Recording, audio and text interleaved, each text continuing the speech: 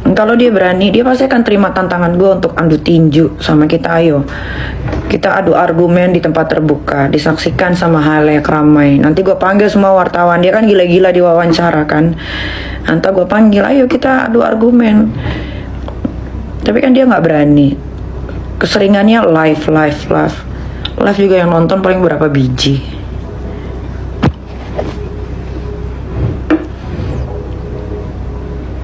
Nah, Fitri tuh 11-12 tuh sama Malvina tuh. Si Daviena 11-12, kang tipu, tukang bohong.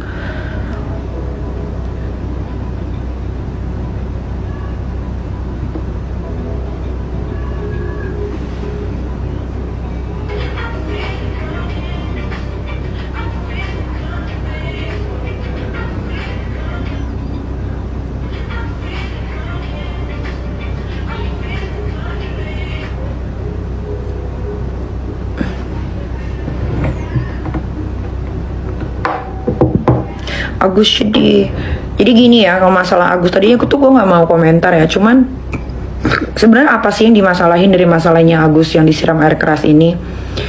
Kenapa jadi heboh banget satu Indonesia gitu? Padahal gue juga bingung ya sama Novi. Apa sih yang diperkarakan dari si Agus gitu untuk Novi? Uang kan sudah dikembalikan ke Novi. Ya sudah, Novi tinggal salurkan lagi ke tempat orang yang berhak untuk mendapatkan donasi. Terus apa yang dimasalahkan? Agus kalau udah pakai uang setengah dari donasinya ya sudah. Apapun yang sudah masuk ketika dia open donasi, ya itu udah jadi haknya Agus sebetulnya. Tapi ya nggak ngerti juga ya kalau dia bilangnya open donasi untuk berobat, ternyata dia nggak pakai untuk berobat, ya sebetulnya terserah aja. Yang salah itu adalah ngapain lu mau donasi, walaupun awalnya dibilang katanya butuh untuk dana biaya pengobatan. Tapi kan uangnya juga sudah ditransfer ke Novi. Ya sudah, Novi jangan dikembalikan ke Agus menurut gua. Lagian lain kali kalau misalkan kalian mau open donasi, jangan ke rekening pribadi. Itu paling fatal. Open donasi itu jangan pakai rekening pribadi, itu fatal.